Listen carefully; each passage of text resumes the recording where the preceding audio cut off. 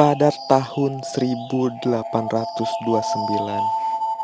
di sebuah pedesaan kecil Campbelltown, di pinggiran barat daya Sydney, Australia, hiduplah seorang petani yang bernama Fred Pisser.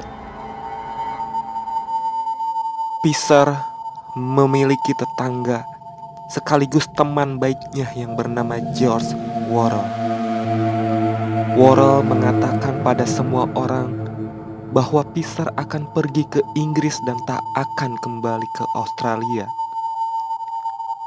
Worrell juga mengatakan bahwa Pisser memberikan pertaniannya kepada Worrell dan memberinya kekuasaan penuh atas tanah pertanian Pisser melalui pengacaranya.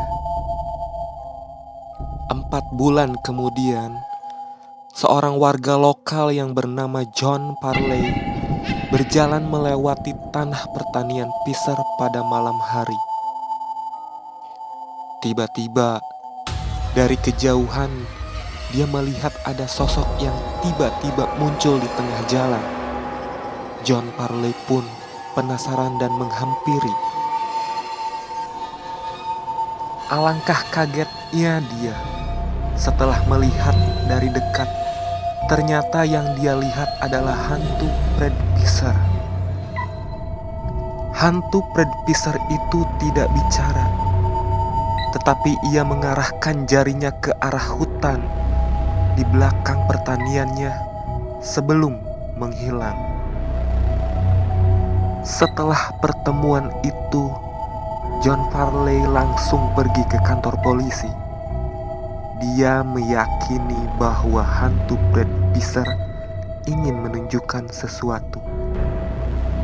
Petunjuk dari hantu Fred Pisser memunculkan dugaan sehingga polisi melakukan pencarian di tempat yang ditunjuk hantu tersebut. Setelah melakukan pencarian, akhirnya para polisi menemukan sebuah gundukan tanah yang mencurigakan di tengah hutan. Setelah digali, akhirnya polisi menemukan sebuah kerangka mayat yang diyakini itu adalah Fred Pisser. Polisi yakin karena pakaian yang dikenakan mayat itu sama dengan milik Fred Pisser. Ternyata dia dibunuh oleh George Worrell. George Worrell pun ditahan atas kejahatannya. Dia mengaku telah membunuh Fred Pisser supaya bisa menguasai tanah pertaniannya.